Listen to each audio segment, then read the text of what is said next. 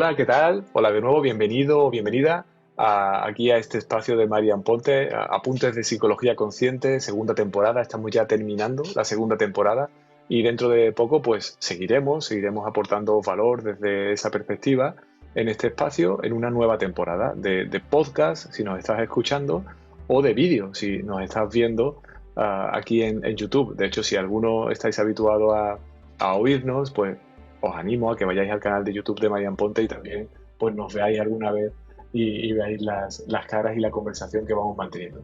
Vamos a saludar a Marian aquí en su espacio para incorporarla. Hola Marian, muy buenas de nuevo. Hola Luis, me encantada de volver a estar juntos. Igualmente, en un nuevo episodio de tus apuntes de psicología consciente, y hoy hay un tema que a mí la verdad es que me gusta especialmente y estoy seguro que a muchas personas les va a aportar, que es el tema de la vergüenza. Hoy vamos a hablar de la vergüenza, ¿no? Esto que muchas veces asociamos a situaciones muy concretas, pero que puede tener pues un trasfondo mucho mayor, mucho más amplio y que puede limitar bastante más incluso nuestra vida de lo que podemos imaginar, ¿no? ¿Cómo podríamos definir lo que es la vergüenza en una persona? Mira, de las mejores definiciones y que coinciden con mis reflexiones es las que dio Richard Esken, que ha sido maestro mío, que es un maestro americano, que lleva Ajá. muchos años en la psicoterapia. A mí me parece un genio dentro de la psicoterapia, Ujú. es un artista. Y una de las cosas que él hablaba era de 5 componentes.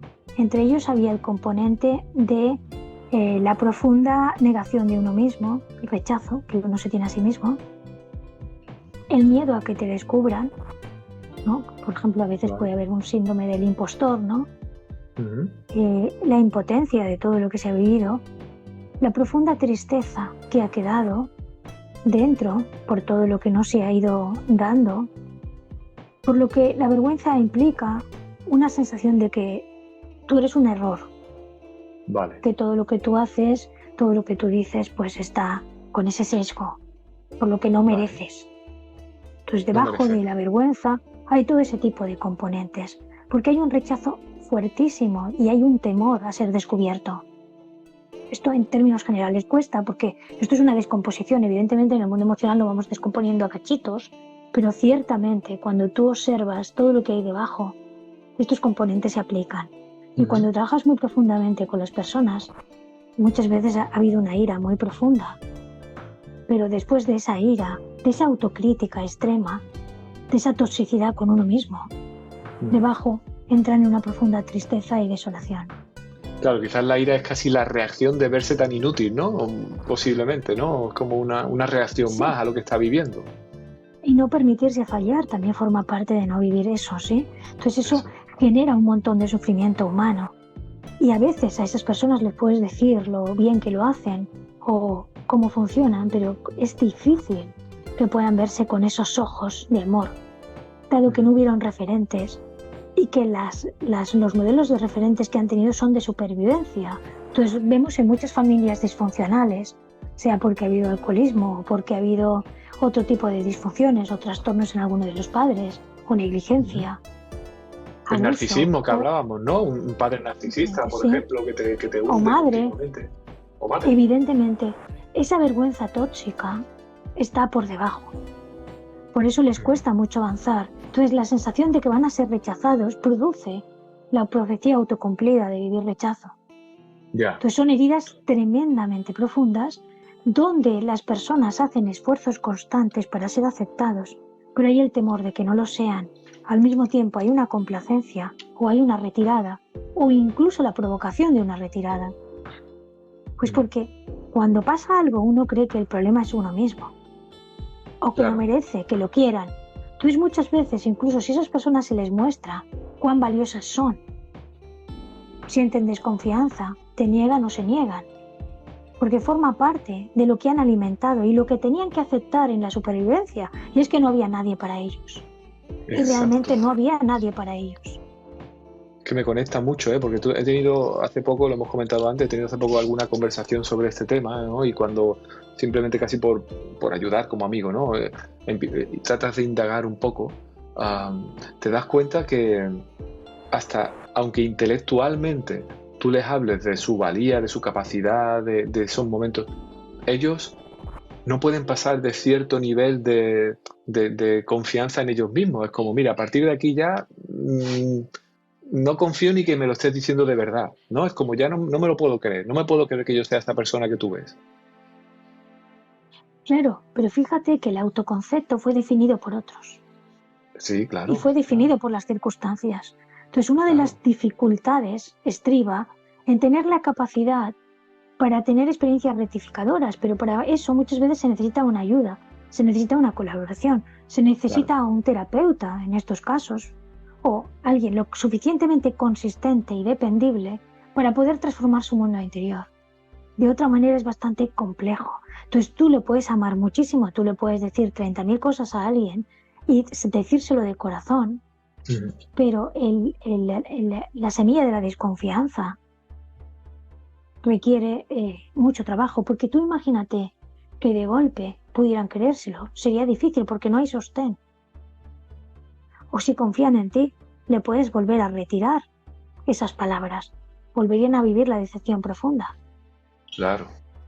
Entonces es Es mucho algo más complejo. que, digamos, si lo analizamos desde esa perspectiva, ¿no? De la conciencia, del subconsciente, de ese espacio donde no hay tiempo, es algo que hay que reparar más en el pasado, por decirlo así, para que llegue a ti reparado. Es como allí donde se generó, en ese niño que eras, donde se generó esa falta de tener esa mirada que tú comentabas, ¿no? De los progenitores. Es decir, ¿cómo se puede de alguna forma ayudar a reparar eso? Hay que repararlo en todos los niveles, porque es que incluso esas personas pueden tener rendimientos altos Sí.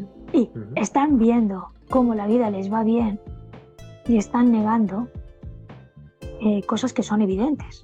Evidentemente que hay una historia de relación, hay una historia de apego, hay una historia de cómo nos hemos vinculado y cómo hemos visto las relaciones en relación a los demás. Entonces esas personas siempre se van a exigir más o se van a sentir culpables. Entonces debajo de todo eso hay un sentimiento de culpa muy profundo, Claro. de que algo están haciendo mal.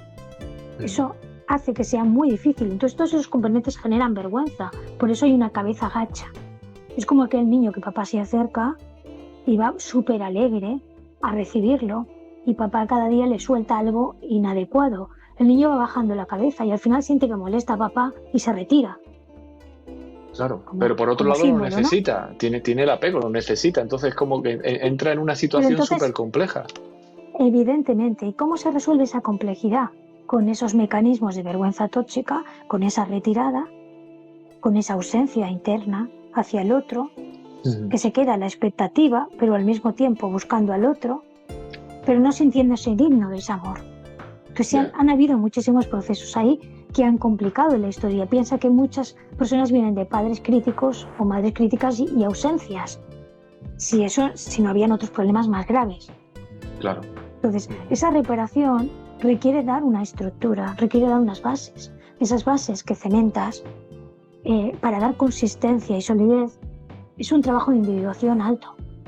A partir de ese trabajo vamos a poder consolidar otras zonas de la casa y después podrás poner cuartos, habitaciones y podrás poner incluso una claraboya para que entre el sol.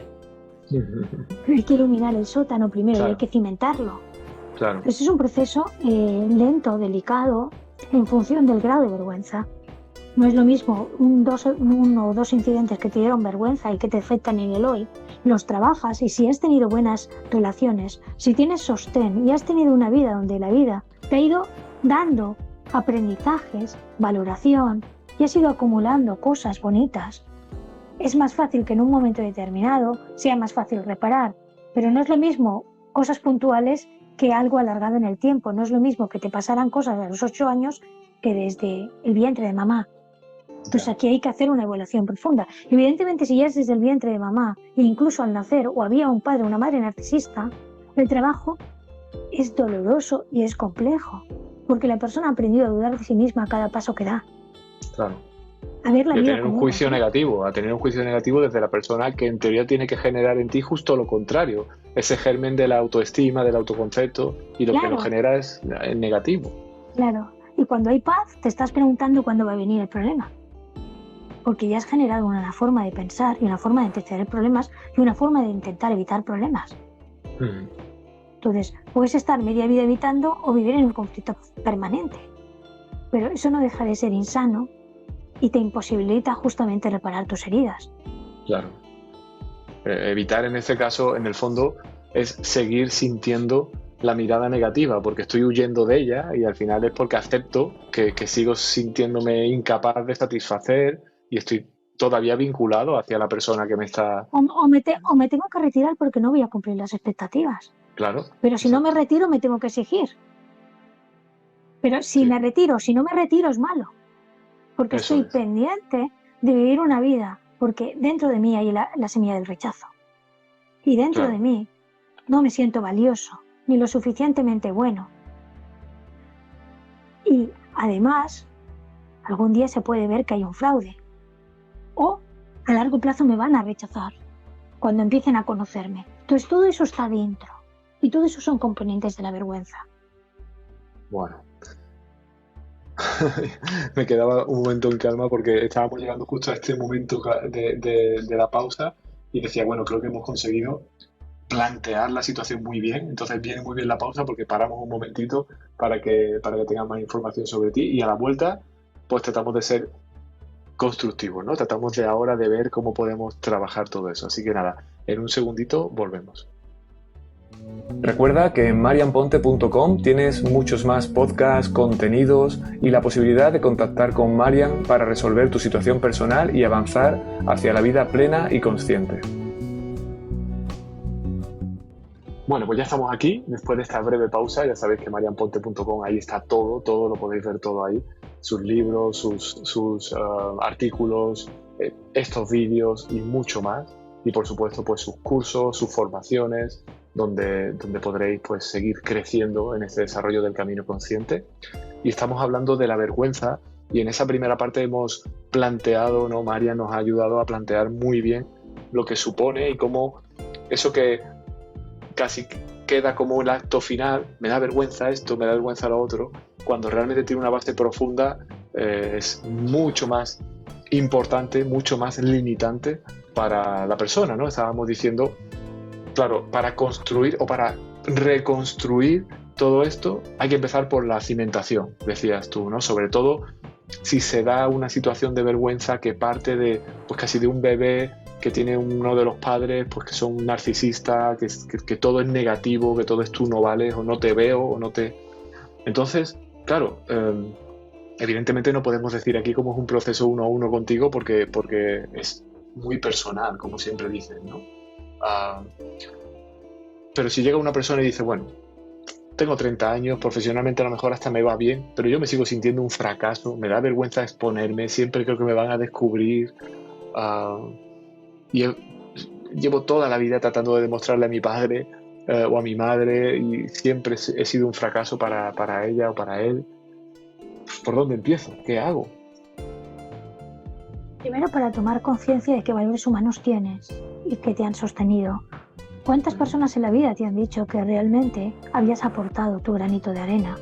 Y empezar a tener hechos objetivos. O sea, las cosas que te han sucedido han sido reales y te han dado pistas de que el autoconcepto construido forma parte de tu propio sufrimiento, pero que no lo has trascendido ni liberado. Y que ahí tienes datos notorios para comenzar a plantearte cómo es que me cuesta tanto, incluso con datos, no ir hacia un lugar sanador donde realmente el compartir forme parte desde esa solidaridad que me gusta dar a otros, que también yo forme parte de eso. ¿Qué es lo que me impide ser valioso o valiosa? ¿Y dónde están mis heridas? ¿Qué es lo que ya no quiero reproducir? ¿Qué personas pueden facilitar, bajo cierto riesgo, pero con cierta seguridad, ir transformando esto en una semilla que dé frutos y que no se quede sin germinar? ¿Cuál es el propósito real que hace que yo no esté aprendiendo y que esto me ha sucedido a mí? Dado que muchas veces el propósito tiene que ver con el aprendizaje, con aquellas cosas que realmente venimos a aprender. Si eso se Claro. me ha repetido, ¿cómo es que sigo viviendo una sintonía y una sensación de que todo el mundo me rechaza? ¿Qué es lo que realmente yo tuve que aprender para sobrevivir y hace que hoy esos mismos mecanismos que me han ayudado a llegar hasta hoy ya no son útiles? ¿Y cómo puedo ir generando diferentes maneras de vivir las relaciones? ¿A qué tipo de relaciones tengo que ir? Porque dado que yo me he amoldado a relaciones donde vivía maltrato, donde vivía inseguridad, donde yo me cedía, donde yo complacía, donde había abuso, o donde yo hacía un sobreesfuerzo y abusaban de mi sobreesfuerzo, o de otras variables, ¿qué es lo que hoy me va a ayudar a que no sea tóxico? ¿Qué tipo de personas? ¿Qué tipo de estructuras? ¿Qué tipo de lugares? ¿Qué tipo de hobbies? ¿Qué es lo que puedo empezar a hacer diferente? Como por ejemplo, empezar a pedir y ver si hay alguien que realmente esté ahí. Porque tengo miedo a pedir para no vivir rechazo, pero de acuerdo, pido o me dejo ayudar. Y empiezo a darme cuenta que otras personas están ahí y que están porque quieren.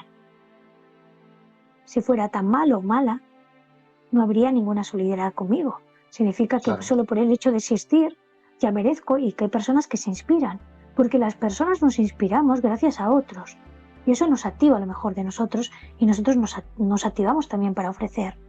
Y en esa capacitación, en realidad comenzamos a vivir con los valores con los que hemos venido a desarrollar. Y eso forma parte. Perdón. Sí, dime. No, decía que hay una cosa que a mí me ha llegado mucho de lo que decías, ¿no? Porque, ¿qué era? Plantearse qué me impide sentirme así, ¿no? Porque una cosa es ser así y otra cosa es sentirme así, porque a lo mejor yo me siento así porque no he sabido mirar hacia ese lado, no he sabido autodescubrirme algo que normalmente me lo descubre otro, y como no me lo descubre otro se queda oculto, pero eso no implica que no esté, sino que no se ha descubierto dentro de mí, ¿no? No, por mí misma o por mí mismo. Claro, y también cuando tú te das cuenta de eso, también ves historias de superación. Personas que han tenido vidas muy duras y oye, han logrado éxitos, han logrado cosas, y cuando digo éxitos no me refiero a grandes cosas, sino a vivir bien en el día a día. Claro, Eso es vivir en paz, ¿no? En conciencia. En una sociedad tan complicada, claro, no se requiere acumular trofeos. claro. Se requiere tener la capacidad de estar en ti para escuchar aquello que brota y aquello que te permite ser, y al mismo tiempo disfrutar de eso que eres. A eso le llamo éxitos, ¿eh? Claro. Después, y que tú tengas herramientas unas u otras es otra historia. Claro. Para vivir eso.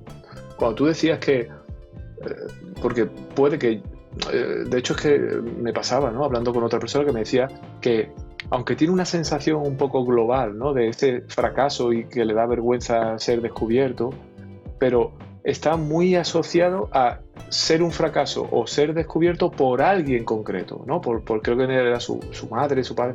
Es decir, es verdad que en muchos ámbitos de mi vida, pero en mi pensamiento lo que está es como, uy, si me viera haciendo esto, pensaría que soy tan mala como me ha dicho tantas veces, o tan malo. O sea, al final todo iba conectado a una persona en concreto, que además, ¿verdad? Que era una persona de la que se había alejado, pero que estaba viva, que de vez en cuando hablaban porque era su padre o su madre, no recuerdo bien, ¿no? Entonces, claro, yo le decía, no se me ocurrió otra cosa, ¿no? Desde mi perspectiva y del coaching y tal, yo decía, bueno, pero ¿no puedes ver la enfermedad en la otra persona? O sea, tú no puedes ver la disfunción en la otra persona porque estás tomando como válido su criterio, y entonces ese criterio te hace a ti sentir inferior. Pero, claro, a lo mejor la rabia o tanta frustración hacia la otra persona no le permitía tomar una postura un poco más, no sé cómo decirla, ¿no? De tener, no digo amorosa, pero de buscar la enfermedad, ¿no? Por decirlo así, ¿no? En la otra persona. ¿Qué opinas? ¿O hay otro camino? No se aplica cuando eres niño y dependes de esos cuidadores. Tienes que pensar que el error está en ti. Eso por un lado. Segundo, hay que reparar esas heridas y darle una visión de amor a esas partes infantiles fragmentadas, a esas experiencias que todavía siguen en memorias de impacto en nuestro cuerpo. Eso por un lado. Por el otro, evidentemente uno aprendió a vivir en el mundo exterior para tener un sentido de vivir, dado que dentro no había nada. Entonces, si tú has vivido en un vacío, en un hueco, en una inexistencia, porque estamos hablando de esto, ¿sí? Tienes que rellenarlo de otra cosa, y mientras no lo tienes, te queda someterte a las dinámicas externas y buscar un sostén que en realidad no es cierto y que no te da, pero que tienes que poner el foco en algún sitio. Y como no has sentido dignidad, no puedes poner el foco hacia adentro. ¿Cuál es el trabajo auténtico? Ir poniendo el foco hacia adentro para que de dentro vayamos afuera y equilibremos. Y eso requiere compasión, reflexión, conocimiento, inspiración, contraste y también ir sanando heridas. Y en ese sanar heridas, esas memorias donde hay temor y donde hay inseguridad, requiere un acompañamiento y una comprensión profunda y un dignificarse. Estamos hablando de un proceso de darse dignidad y de tener un sentido en la vida y formar parte de ocupar ese sitio que te corresponde para vivir. Y en eso responder de ti, que nadie te ha enseñado y la única manera que tienes de responder era un otro, va a requerir una reversión. Por eso es tan importante pequeñas cositas, pequeños gestos, pequeños lugares y tener anotado cosas que han sido bonitas, tener un diario de gratitud y tener una claridad de los valores que quieres aplicar en tu vida y lo que ya no quieres reproducir para dejar de tener que someterte al criterio externo que hace que tú siempre vivas acumulando éxitos y sigas creyendo en la dicotomía del éxito y el fracaso como forma de vida, porque se ha vuelto irreconciliable vivir. ¿Cómo va llegando, ¿no? Con esa claridad que tienes, ¿no? Va llegando como muy estructurado, tal, y uno ve el camino por ahí. Por otro lado, claro, también desde la falta ¿no? Tú eres una profesional con muchísima experiencia en ese enfoque, pero luego el llegar a hacer, ¿no? Es esa parte tan compleja muchas veces porque el subconsciente y la emoción nos desborda, ¿no? Cuando tú decías la compasión, el amor hacia adentro para ir construyendo, hay también un punto en el que ayude o sea incluso necesario proyectar eso hacia ese cuidador o cuidadora del que nos sentimos un poco abandonados, por decirlo así, desde esa compasión que tú llamabas también, viendo un poco sus carencias, o no hay por qué, porque al final es el adulto y es el responsable y bueno, es que debía haberlo hecho. ¿Cómo se enfocaría? Sin reconciliación interna no hay reconciliación externa. Claro. Así que primero tenemos que labrar el campo. Tenemos que meter ahí cosas para que faciliten la oxigenación, ir poniendo las semillas y los frutos y ahí empezando a darte cuenta de que eres un ser que tiene una experiencia la cual puedes ir aprendiendo a través de una observación, no a través de una identificación del sufrimiento, ir dándote cuenta que fuera también te va a reflejar tus cambios internos. Pero para eso se requiere una capacitación de ir hacia adentro y cuando tú has aprendido que hacia adentro no hay nada, que todo es horrible y tienes el temor de vivir sufrimiento, se requiere esa humanidad para ir aprendiendo a verte con ojos, porque no te has visto con ojos de amor, te has visto con ojos de sufrimiento y con ojos de separación. O en algunos casos te has visto como una carga o como alguien que va a ser rechazado. Y eso por uno mismo, como un individuo solo, que no tiene referentes, es como estar en un barco a la deriva sin darte cuenta que hay un faro hacia donde tienes que dirigirte. Yeah. Y eso genera un vacío interno muy alto y una desesperación cuando se entra en ese espacio. Ahí dirías que el referente debe ser tú, en tu trabajo de encontrar el amor y la compasión. O sea, ¿tú te conviertes en tu referente o hay que buscar un referente al que asociarse de nuevo para recibir un poco eso que no tuve a nivel emocional de pequeño? Mira, lo que se interrumpió humanamente tiene que ser reparado humanamente. Ajá. A partir de que tú tienes tus bases, puedes ir haciendo, diciendo, puedes ir cambiándote la casa, puedes ir decorándola, pero tiene que haber unos mínimos. Claro.